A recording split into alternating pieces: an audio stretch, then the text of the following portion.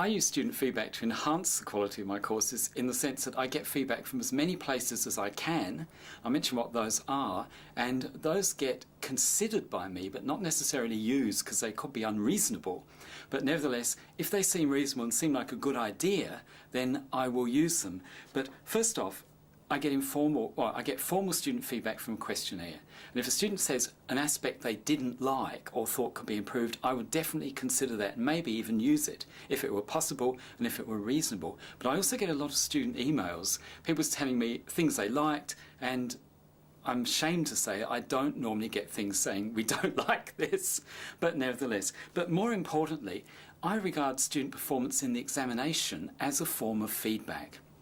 The way I structure my examinations, each exam question gives me feedback on how the students have performed in each section of the course. So I can use the exam results themselves as feedback to say, well, I need to fix up my teaching on this aspect.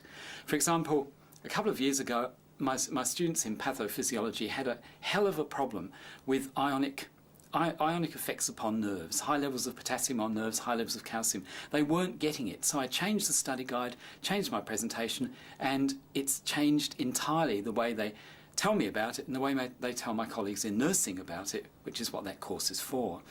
I'm, at the moment, still working on a problem where they have trouble with digestion, and I've tried a few strategies, but I think what I'll have to do is just break the digestion lecture up into 2 bits and make it easier. So really, I guess I'm into constant course improvement, and I take feedback from a lot of sources, and not just even from students, sometimes from my colleagues who sit in on the lectures as well, or tell me what they want.